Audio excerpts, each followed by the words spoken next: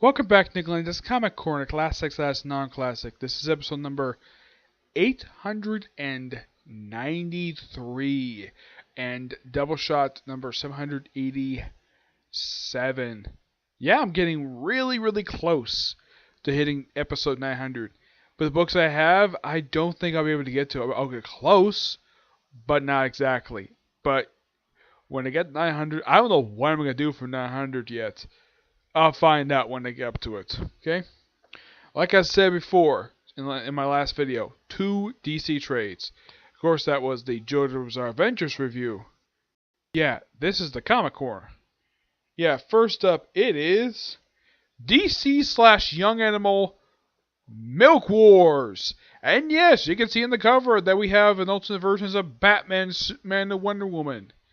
Yeah, Wonder Woman is kind of like a housewife from 1950s. We have Batman acting like a Catholic priest, and we have Superman basically being the milkman with a cape. Yeah, here's something really weird about this. Superman does not get... Now, this is a series of one-shots. Yes, Superman is the milkman, and he doesn't get a one-shot, which I think is a little weird. Batman gets one, so does Wonder Woman. As for why Superman doesn't get one, I do not know the reason for that. Now, the writers of these one-shots. Now, Steve Orlando basically writes all of them with these following writers. We have Gerald Way, Jody Houser, Cecile Cussely, John Rivera, and Magdalene Vizito. Artwork by Akio, Ty Templeton, Mark Alafio, Landon Floss, Dale Inglesham, who is also currently the artist for Shazam. We have Nick Darrington and Sonny Liu. The cover for a lot of these issues are done by Frank Quarterly. Makes sense that this because a lot of this stuff is because it's so bizarre and weird. Makes sense to have an artist who worked with Frank Miller. Yeah, especially since, yeah, all the cover in here, the cover right here, this is a Frank Quarterly cover, and the covers in here are done by Frank Quarterly, Ryan Hughes, Clay Mann, and Marissa Louise. Now, these are the one-shots that are in here. We have JLA / Doom Patrol, Mother Panic / Batman, Shay the Changing Girl / Wonder Woman, Cave Courage as a Cybernetic Eye / Swamp Thing, and Doom Patrol and JLA. Now, the opening one-shot, the JLA and Doom Patrol one. This one is done by Steve Orlando. Oh yeah, and here's the villain of this thing. This is a character known as Retcon. He's from the pages of Doom Patrol. Well, the Gerald Way Doom Patrol. Yep. Yeah, and he's kind of responsible for all this. And this is set in Happy Harbor. Okay? Where people drink this milk and then, like, it's an alternate reality. Yeah, the first part is done by Steve Orlando and Gerald Way. The Mother Panic one-shot is obviously done by Jody Houser. Yep. And here's something really weird about this one. Now, in the JLA one, they encounter Black Canary, the Atom, Lobo, Killer Frost, and I think that, and Vixen. Yeah, pretty much most of the JLA from Steve Orlando's JLA, which just sad to see the series go. Also, this issue is something really weird happen. Okay. We have something that I never expect to see in this book, but in the case of, let's just say, of how bizarre this series is, I'm not surprised. Here's basically what it is.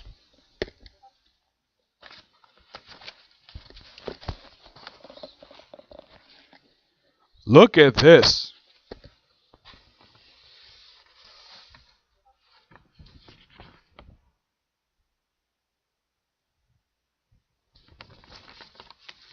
It kind of looks like a poster board, doesn't it?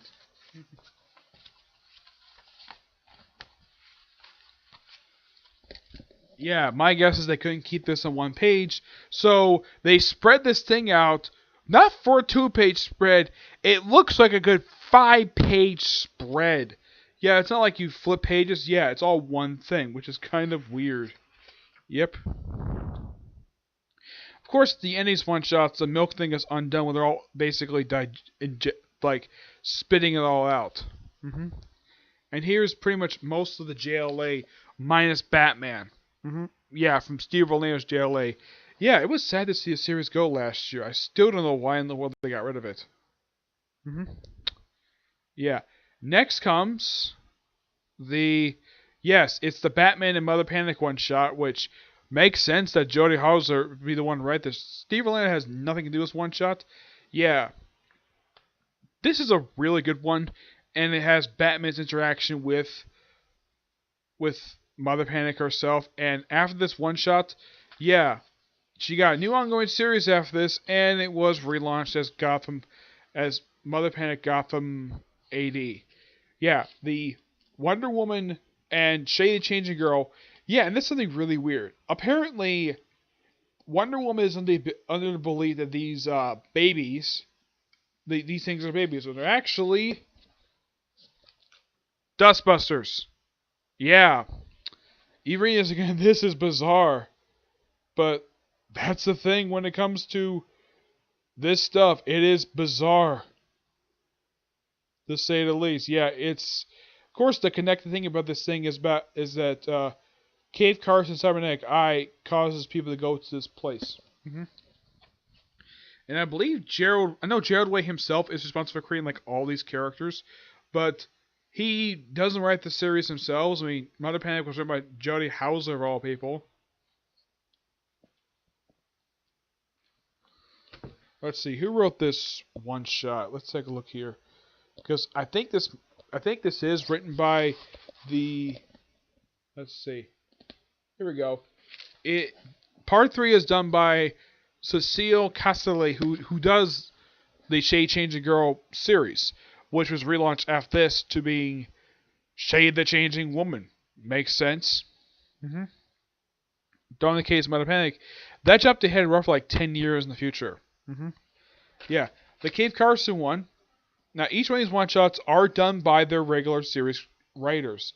For Cave Carson and Cybernetic Eye and Swamp Thing, this is done by John Rivera. Yep, John Rivera writes this issue. And man, oh man, this artwork is, like I said, bizarre. Yeah, it's just Cave Carson, like, just hanging out this place. He's missing his eye. And then he gets free from this milk by Swamp Thing, of all people. Yeah, frickin' Swamp Thing. And apparently they're old friends. Oh, yeah, and here's the thing. It's also revealed that apparently Cave Carson is an old friend of Superman. Okay. Fine, whatever. The final thing is, I believe this finale is done by, well, Steve Orlando and Gerald Way. Yeah. Milk Wars is... Yeah, and my friend Tivy agrees, but this is one of the most bizarre stories DC came up with. But this is in tone of Grant Morrison's Doom Patrol, and that was bizarre. Grant Morrison was known for being very weird and bizarre with his writing style, and doing stuff that's very Silver Agey. And this feels like something they could have published in this Silver Age. Yeah. But here's the thing. Superman is never freed from the milk by the time this is over with. Yeah, no explanation for that. While Wonder Woman, the JLA, and Batman are all, and of course Cave Carson himself, apparently he got affected by the milk too. And Superman is never free from the milk. At all. It's like when you finish reading this, I'm like, okay. So it's kind of like you have Young and Emma crossing over with the Justice League. Well, the JLA, of course. The one done by Steve Orlando. Yeah. I gotta say, this is actually really good. I thoroughly enjoyed it. This kind of being bizarre, of course. That was the thing with Young and Emma. Known for being very weird. The Mother Panic was known for being very serious. Yeah. Doom Patrol was the weird one. So was Shady Changing Girl. Mother Panic was very serious. Well, also had a lot of swearing in it. Because, well, Young Animal was somewhat of an adult imprint. Let's see. Cave Carson was known for being very serious. Well, also being sci-fi crazy. Though it was that book was relaunched as Kate Carson as Interstellar Eye. Excuse me. Well, Doom Patrol was not relaunched. As a matter of fact, it was subject to delays. As a matter of fact, by the time this trade came out last year, the second volume for Doom Patrol, the one that collects issues from the most recent volume, had not been released yet at all. Yeah, as a matter of fact, I don't think it's been released.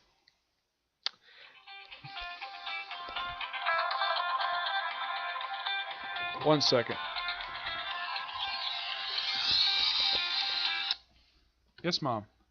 Hey, can you go to the pantry and look behind the left swinging door to see if we have any of those small cans of mushrooms left? Okay.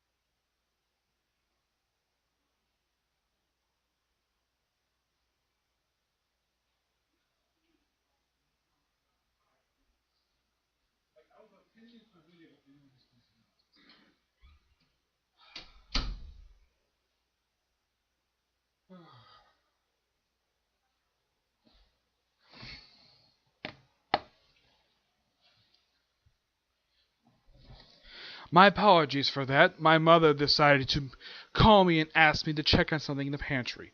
Anyways, as for this, yeah, fantastic stuff.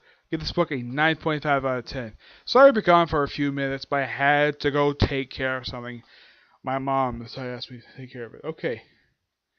Next up it is Justice League Volume 7, Justice Lost by Christopher Priest. Yeah, he does ready for this, and Pete Wood does the artwork. This collects the last, 5 issues of this run. Yep, that's the thing lately. I'm covering, last trades of runs. Though this is not only the finale of the Christopher Priest's run of the Justice League title, but also the Rebirth Justice League run. Yep. After 43 issues, the book gets relaunched #1, and Scott Snyder takes over after the events of Justice League No Justice. Yeah, as a matter of fact, this leads right into that. Yep, and there's also a small crossover with the JLA, where they get briefly trapped on the Watchtower of all things, and it crashes in Africa. I should point out, though, this is the second time this Watchtower has crashed on the planet. The last time was just prior to Forever Evil. As a matter of fact, almost immediately before Forever Evil even at least actually just before even Trinity War, that the Watchtower crashed on the planet. And apparently after the second time, they never bothered to get this thing fixed. Nope, it's just not there. There is a Watchtower, but it's on the moon. For some reason, even though it was an orbiting space station. Yeah, and this was caused by a person known as the Fan. And apparently, he actually dies at the end. Also, because it's Christopher Priest, have throwing frickin' Deathstroke in here. And we also have to have a crossover this book and have the Red Lion show up. Yep. By the way, Red Lion's still in power of this fictitious African country. Which, when I first saw this guy, I kind of agree with the opinion of this character. He's a literal ripoff of the Black Panther. Appearance-wise, he almost looks exactly like the Black Panther. Except he's red and he's a lion. Not, well, the only reason why I think that Christopher created this guy because he wrote Black Panther for 5 years. That's my only theory when it comes to matter. And of course, I should point out though something about Superman's outfit. Yes, because if you notice in No Justice, he actually is wearing he basically is wearing the red trunks. Yep, Batman at this point had not been gone back to his black trunks look that he is currently wearing now on the pages of Detective Comics, and Batman, mind you, he's wearing that. But here he's still wearing the outfit that Greg Capullo gave him just prior to Rebirth. As a matter of fact, it was given to him in Greg Capullo's last issue for this for Batman. Yeah. But here's the thing, like right after this run ended, well, here's kind of the thing. Not only did this run end, we also had the end of Justice League America, which there was something about where it was going to hiatus, and then they decided, nope, we're just going to cancel it. No idea why. As far as I can tell, it sold pretty well. I think it sold better than this title. I don't think Brian Hitch was jealous over the fact Justice League America was selling better Justice League. Probably because the stories weren't exactly crap like a lot of time his were.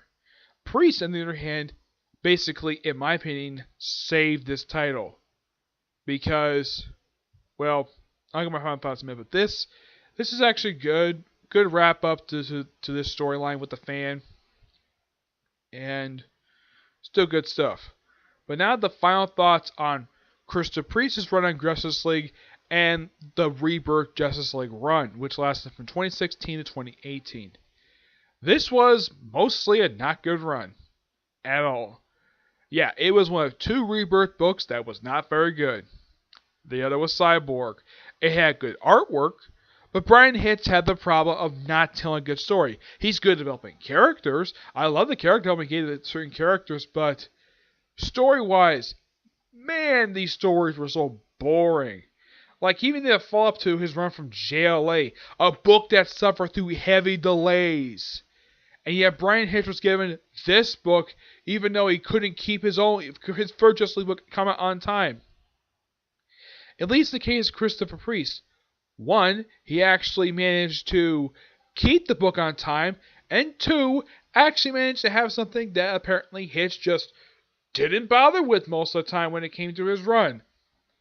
Feature the frickin' Watchtower. Yes, as a matter of fact, I think the Watchtower was pretty much featured in like every single issue of these 13 issues that Christopher Priest did. Actually, no. He's only been on the book since issue like 30... Yeah, since 33. So, this is not that long of a run. No. Because like right after he left, we had the tie-in to Bats from Hell, which I haven't reviewed that yet. But yeah, that's related to Dark Knight's Metal. I'll eventually review that, but this is basically related just to solo book as a whole. And that's pretty much, I mean, if you look at the entirety of the run of Brian Hitch, with the exception of the filler issues not done by him, yeah, there were a couple issues done by Rob Williams, was an issue done by Dan Abnett. Yeah, there was like a good 4 issues not even done by Hitch at all. And this started with issue 20. Yeah, and there was a whole thing of like the storyline Legacy, which was supposed to be the end of his run. Like, supposed to be his next story arc after he did the Timeless arc. Yeah, for some reason this book kept suffering through. This storyline was delayed up the wazoo. It's like Hitch just couldn't get the story finished in time. So DC's like, okay, we gotta make sure this book comes on time because we're not gonna suffer the same thing we did for JLA. So hey, Rob Williams from Suicide Squad, can you do a couple issues of this book? Hey, Dan Abnett, you can do an issue for Justice League that ties into your run for Aquaman. That's what kind of felt like to me is that the villain issues were really, really good. I thoroughly enjoyed them. And they actually felt like a Justice League book. In the case of his issues, they didn't feel like it. We had 2 issues where they fought villains. And The reason why they fought villains is quite stupid. Apparently, this kid put up a bounty of like $300 billion, like almost about $2 trillion. Yeah, apparently this kid went to the bank account of, like, somehow got access to the bank accounts of Lex Luthor and Bruce Wayne and put a bounty on the head of Justice League to beat them up. And caused like almost every single villain to come out of the works. Yeah, we had the Secret Society, the Fatal Five, well, the Ferguson Five, and we even had a fight with a Mazo of all people. Yes, and then finally, when we finally finished up his run, we had Christopher Priest take over. I was so happy to finally see Brian Hitch go because his run was boring. The only thing I found interesting about this whole run was the artwork. The art was fantastic. Heck, even the issues he drew looked very good. Heck, now here's kind of the thing about this particular run. Tony S. Daniel was listed as the only artist. He was the only one announced for this particular run. Okay? And then he left at the issue 3. I had wondered the reason why this is, and because I'm Facebook friends with him, I found the reason why. Scheduling conflicts. That's the reason why he left the book. Because he had other projects he was working on, so he had to leave the book. Though he did do the covers. Yeah, starting issue 4, he did the covers for a good period of time. And his covers were fantastic. I love his freaking covers.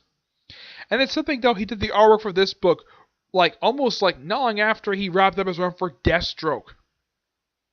Yeah, so we have 2 people on this book who work on Deathstroke. Versus Tony S. Daniel, we have Christopher Priest. And here's the name of Christopher Priest. He actually has had experience writing the Justice League. Though it was back in the 90s, writing Justice League Task Force. But here's something he had over Brian Hitch. At least he developed an interesting story with this thing. Yeah, though, since it's Christopher Priest, we have to have the artwork look pretty much designed to be the same way as Deathstroke. Yeah, with these little location tags. The panels are very similar to that of Deathstroke. Though here's the thing, despite the fact Deathstroke himself does physically make appearance in this book. We also have this updated look for Cyborg. Yeah, though here's the thing, right after this run concludes, he goes back to the look that Gary Frank gave him. Yeah, the look he got in Forever Evil. Yeah, he actually gives up this look. As for why he did this for, as far as I can tell, DC Comics has never explained why in the world this is. It's one of the most dumbest things about this particular run. And look, here's the Watchtower in the middle of a country, and it crashed again. I'm like, seriously, at least in the case of the first time was a safe crash. This one was like, okay, let's just have it crash this time for seemingly like almost no reason at all. That was mainly related to the fan. Oh yeah, here's Deathstroke. And here's something really weird though. If you notice when you see him in his own title, he doesn't wear this outfit at all. He wear it for a few issues because his actual outfit was stolen from him. But yeah, here he is in the George Perez look. Yes, the classic look he made his debut in back in 1980. Yep, this very costume. I have no problem with this costume. I think it's actually really good. Also, if you read his first volume, that orange underwear, that's actually separate from his costume. He puts that on himself. It looks so weird. But the reason why he puts it on, the reason why that outfits have those is to break up the color scheme. That's what I've heard the reasoning for that. Now, the only reason why Deathstroke shows up here in this book, makes guest appearance here, because Christopher Priest writes Deathstroke. That's the only reason why. And having some loose tie-ins to the main book, it's not a bad idea. Especially since Christopher Priest is one damn good writer. Yeah. But Priest's run, in my estimation, should have been a little bit longer than this. But because DC had to have Scott Snyder take over the book for some reason, I still don't know the reasoning for this at all. Especially as this run was good. Fantastic run. I highly recommend checking out this run. Though you would have to pretty much read just like from Jeff Johns' run. Yeah, that's the thing. You have to read a good bunch of trades in order to get like what the heck is going on with this stuff. Now here's the thing. When you read the last issue of this is the last panel you see at the end of the final issue. Excuse me. Yeah. You have Martian Manhunter on the team. Yeah, you have him on the team. Even though that... Here's the thing. He did nothing in this storyline. Yeah. Though here's the thing. Cyborg's title was since ended. And here's something really weird. Unless you didn't read the announced article that was announced that was being canceled, I don't think anybody knew Cyborg was being canceled in the first place. That was the dumb thing about the end of Cyborg. It wasn't announced. It was a blinky miss announcement that the fact that his title got canceled last year. As a matter of fact, when this run started, when Justice League, well, the relaunch title anyways, started in 2011, Cyborg was the only character who did not have his own solo book. It took until 2015 to give him one. It took DC 4 years to give him his own solo book, and the book was really good. Having done by David Walker and then Marv Wolfman finished it up, it had a good start for the relaunch of Rebirth, the first issue, but at issue 2, the book went completely downhill. And then, in my honest opinion, once you replaced the original writer in the book got better, and then the book just abruptly ended. There's that. Okay? Not much else to say, but in the case of this run for Justice League, opposed to Jeff Johns' run, which was actually fantastic, mostly anyways, with the exception of Villain Journey story arc, this run, for the first 30 issues, a lot of it was pretty bad. Yes, it was. And yet somehow DC kept Brian Hitch's book for a good year. Somehow they allowed him on the book. Kept the book for like a good almost 2 years. Yeah. As far as I know, I do not know the reason why they kept him on for so long. As a matter of fact, I think everybody really wanted him to be removed as the writer. Like as soon as they did the Justice League versus Suicide Squad crossover, as soon as that miniseries, other people wanted Williamson to take the book because he did a much better job writing Justice League than Brian Hitch could ever do. And here's something really weird. As soon as they wrapped up Justice League vs. Suicide Squad, Justice League went right back the way it was doing before Justice League vs. Suicide Squad. Having the Justice League fight random monsters for 6 issues. Yes, that was pretty much what Brian Hitch was doing a lot of the time. Having the Justice League fight random monsters. I'm like, seriously, Hitch? This is the best you can do. You can't have them fight an actual villain. You can't have them have a scene on their own Watchtower. As a matter of fact, can you think of any issue that Brian Hitch has written where the Watchtowers made a physical appearance or even mentioned? Yeah, as far as I can tell, there's no explanation why all 8 members have to be in the field at the same time. I would think, though, they would have one person on the Watchtower monitoring stuff. Have a scene of that. Not have the whole team be on the freaking ground. It felt like, though, a lot of the time, just like when Hitch was writing the book, it felt as though they had no base operations in their own damn title. But yet, when you appear in stuff like Trinity or in Superman, at least they actually look like, also in Super Sons as well. Yeah, at least the case of those titles, at least it looked like they actually had a base operations. But during Hitch's run, nope. Don't bother to show it. Don't have a scene set there. As far as I know, there's been no explained reason for this at all. But Priest must have saw that like, I'm not going to pull the bullcrap that Brian Hitch pulled. Because in every single issue, I think except for one, in this entire, 11-issue run, actually it was a good 10 issues. In this 10-issue run, it only except for 1 or 2 issues, the Watchtower made a physical appearance in every issue. Oh, and by the way, is the Watchtower rebuilt off this? Nope. Not rebuilt. Instead, we have the Justice League based out of the Hall of Justice from the Super Friends cartoon. Why not? I don't have really a big problem with this at all. It's a fantastic looking building. And it's one of the few things the Super Friends TV show actually was quite ingenious. Having a building like that on Earth, because come to think of, when you think of Justice League, what's usually the first space operation you think of when you think of the Justice League? The Watchtower. That's usually what people think of because the Justice League cartoon made it so popular. And one thing I also got to praise about the artist who actually designed the Watchtower, the first one, and this one, it is very similar to the one from the Justice League cartoon. It may not be the same color scheme, but it's a similar looking design.